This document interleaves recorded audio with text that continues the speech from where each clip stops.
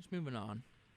Moving on to our undercard fights, but before we move on to our undercards fights, I want to say that this episode of BCut is actually brought to you by Michelob Ultra. McCaleb. You hear that? Crispiness. Keep the frame a little slender. Respect your body. Give yourself a Michelob. And there's actually a different Michelob out there. It's like Michelob Golden. And it's the beer. I haven't tried it yet, but I've seen it on one of my buddy. It was Austin. I have had the Michelob Golden. Pretty light. Also really pretty light in taste. Not very good. It just tastes like a beer. Okay, well, it's a crappy beer. But hey, all respect to frame. Michelob. All respect to Michelob. Respect your frame. Of course. It's Michelob, the beer for the fitness athlete. Yeah. The top tier athlete. Top tier athlete. Now, moving on to the rest of the card, we want to move on to the Carlos Condit, Matt Brown fight. As we said, the elbow, Matt Brown. Man, this is a fight of, like, I don't want to say two old guys, but two freaking old dudes. Two old dudes. What's Condit's age? Condit, I'll tell you his age in fight years. He's 31 and 13. Wow. So well, Brown is probably... I would say his age is probably about 32. Well, the thing I remember about, it's going to sound bad, the thing I remember about Matt Brown was Cowboy knocking him out. Yeah. And that was a good fight before that, but all you see is a lot of what people see is the highlight. Exactly. That was like a late round knockout. So Matt Brown like he just came in and whopped him. Yeah, it's Matt Brown is a good fighter. This fight against Carlos Condit, man, Condit looked good in his last fight. Look, these guys, Matt the Immortal Brown. By the way, Immortal, Matt Brown is 39, almost 40 years old. I was way off on Condit. He is 36. So That's old. This is definitely the fight of the old guys. In the fight game. The only older guy that I know in the fight game is either Yoel, the Soldier of God Romero. Based off the nicknames, which one's better? Because they're both great. The Immortal, Matt the Immortal Brown. Carlos, the Natural Born Killer. Condit. Well, what's a better nickname? Or should I just say the nicknames? I would say Natural Born Killer because if you're a fan of Woody Harrelson, you've ever seen the movie Natural Born Killers, I would say the Natural Born Killer is a better nickname. Immortal. I would say the Immortal's better. Yeah, you think the Immortal's better? Okay. Better. Natural Born Killer. You're either going with Natural Born Killers and Woody Harrelson, or you're going with 300 and the ghost people that obviously that the Spartans fight, the Immortals. So you're either going with 300 or you're going with Natural Born Killers. Yes, both of these people have names in movie characters. So bam, there you go. Gonna be a good fight. I don't really know where this fight goes. I just know it's going to be entertaining. So definitely keep your eye on this. I don't have a prediction for this. I don't have a prediction for this. I honestly don't because of how both of these fighters fight and the age of these fighters.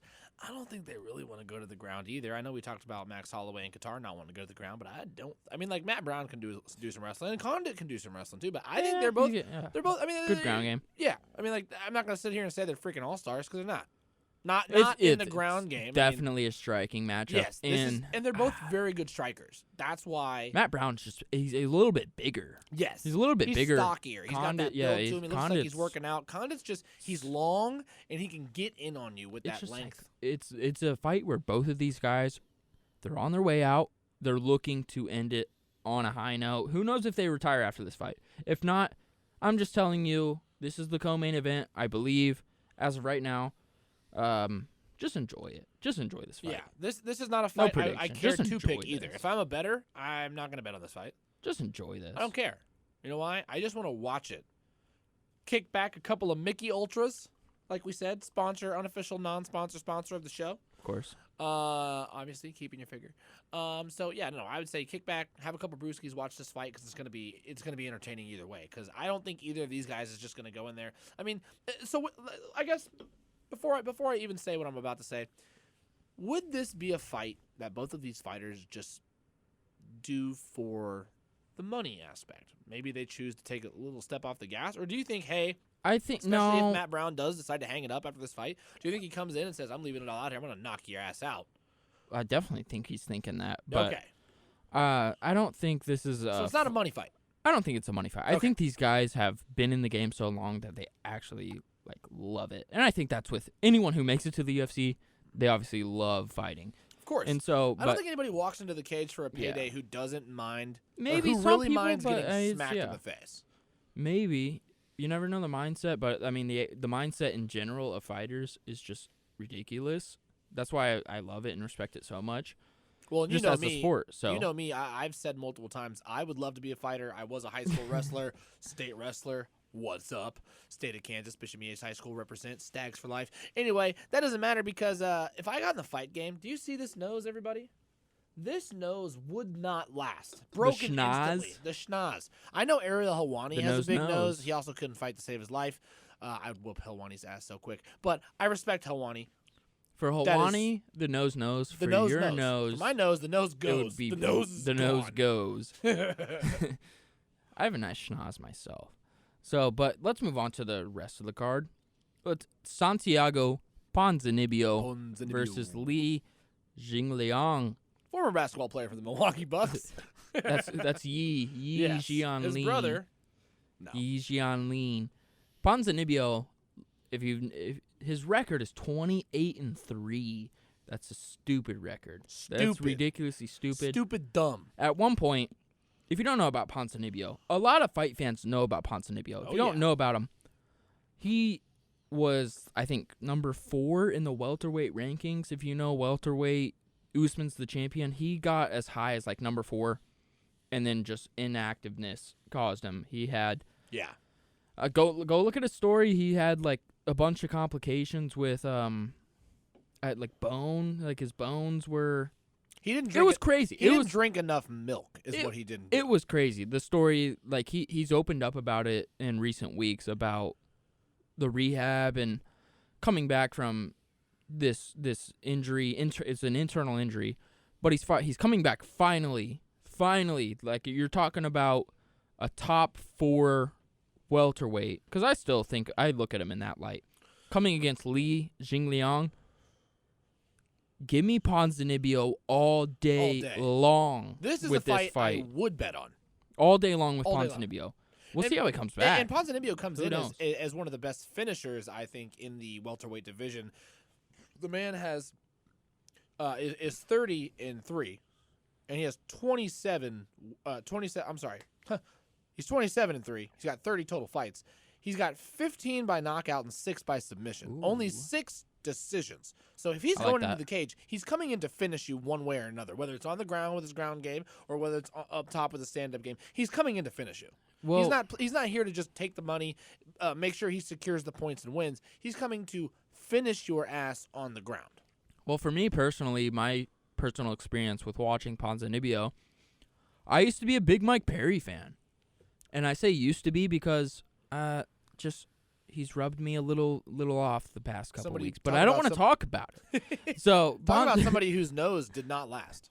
Ponzinibbio went to war with Mike Perry. At the time, Mike Perry was 11-0. So he gave Mike Perry his first L in the octagon.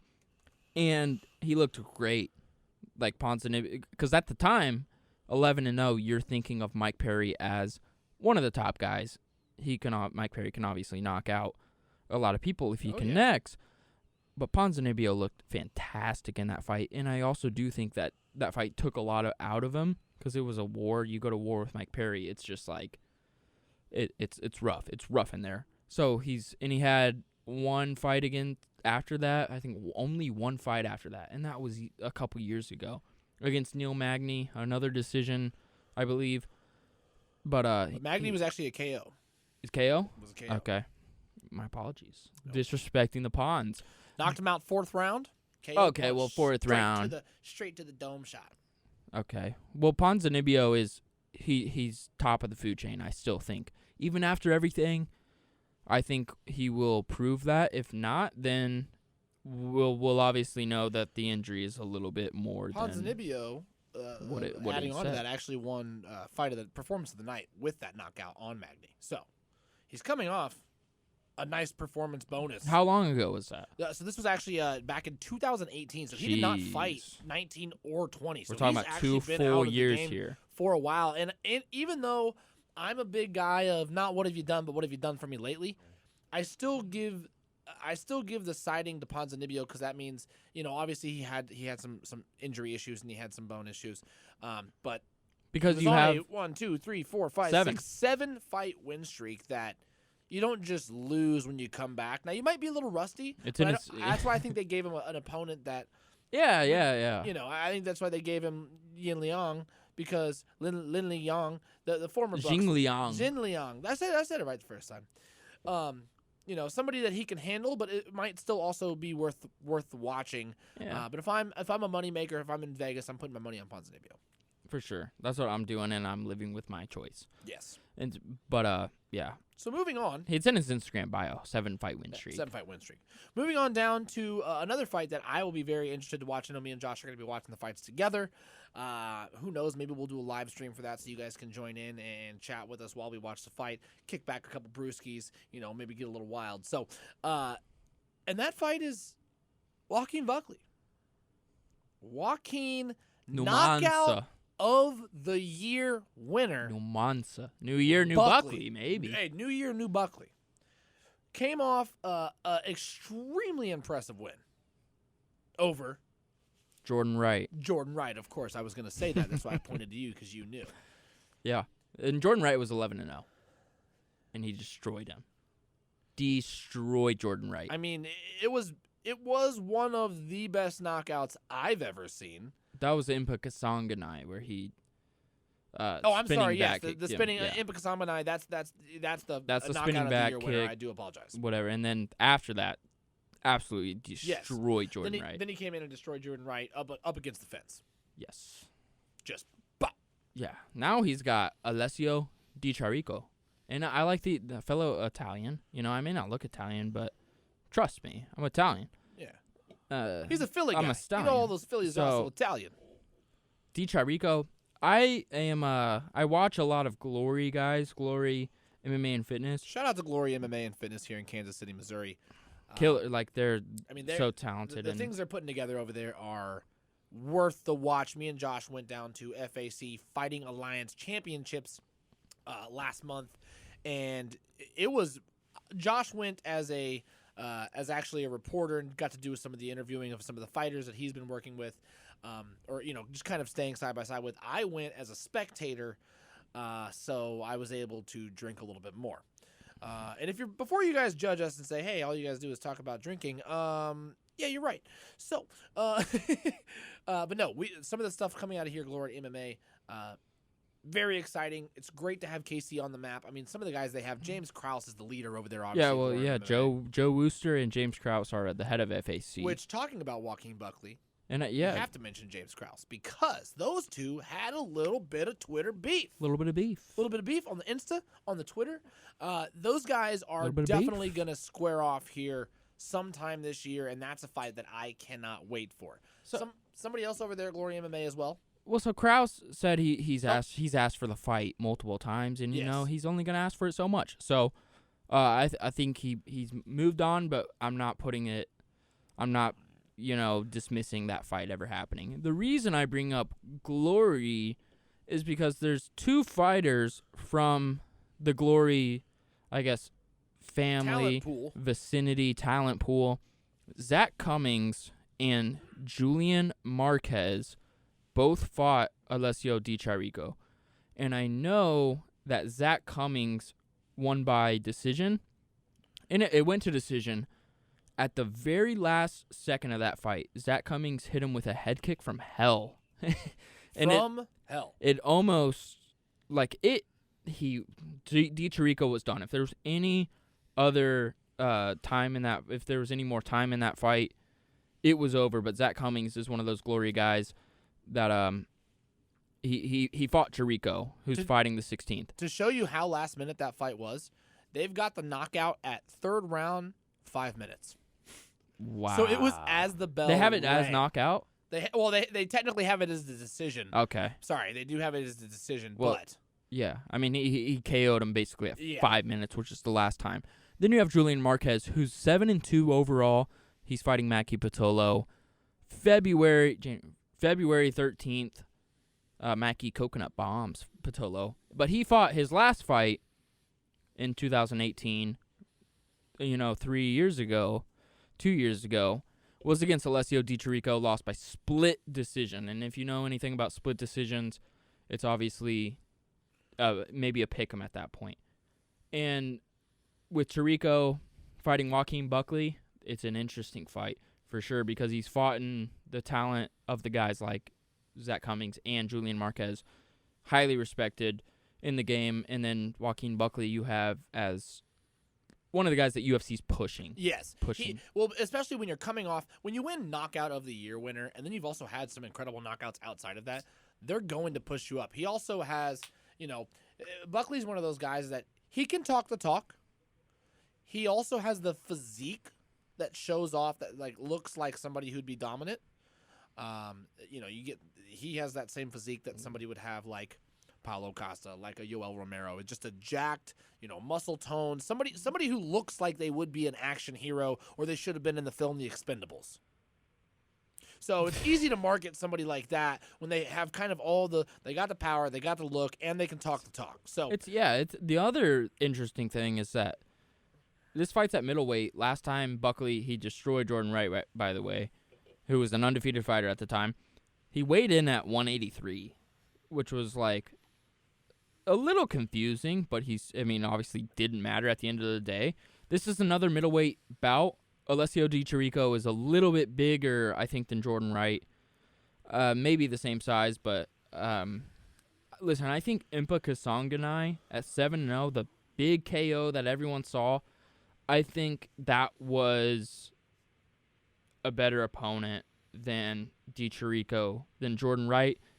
And I don't want to say Buckley, I'm not saying Buckley got lucky, because he deserves everything after what he did. But Impa Kasanganay is the real deal. The way that fight played out, they were dead even. Well, you had Impa Kasanganay as the bet to win. I did. I'd like Kasanganay, and I hope that fight doesn't change the way he fights, because I really like that guy as a prospect. But yeah, Joquain Buckley, I'd say they're pushing him, but I do like this matchup against Di Chirico. I think it's going to be good. Ultimately, I do think Joquain Buckley comes away just because his pressure, his power is a lot. But Di Chirico is no slouch. If you bet on Di Chirico and you told me that, I'm not going to be mad at that, because that's he's a good fighter. I would assume that Joaquin's going to be the favorite, but if you bet on Di Chirico, you might end up making some money on that fight. He's hard to put away. Like these glory guys, like I said, Zach Cummings, last second of the fight, Julian Marquez, decision. So they both went to decision. It's hard to get this guy out of there. Buckley gets guys out of there. See if he gets this guy out of there. We'll see. So that is pretty much rounding out the fights that we're going to have. First fight card of the year. It's going to be UFC Fight Night. First UFC on ABC, if me and Josh are not mistaken. First fight card of the year, buddy. So it's looking like it's going to be a fantastic bout for everybody to watch. Grab your popcorn, grab your brewskis, grab your friends, leave the dog at home, because this one is going to be a night that's going to really start off and set the tone for 2021. And I can't wait, Josh. Your dog's going to be barking because you're going to be getting so hype, and he's going to be confused. That's what's going to happen. Exactly. So that is what we got to look forward to as the first fight of the year. 2021 coming at you. Bango, bingo, bingo.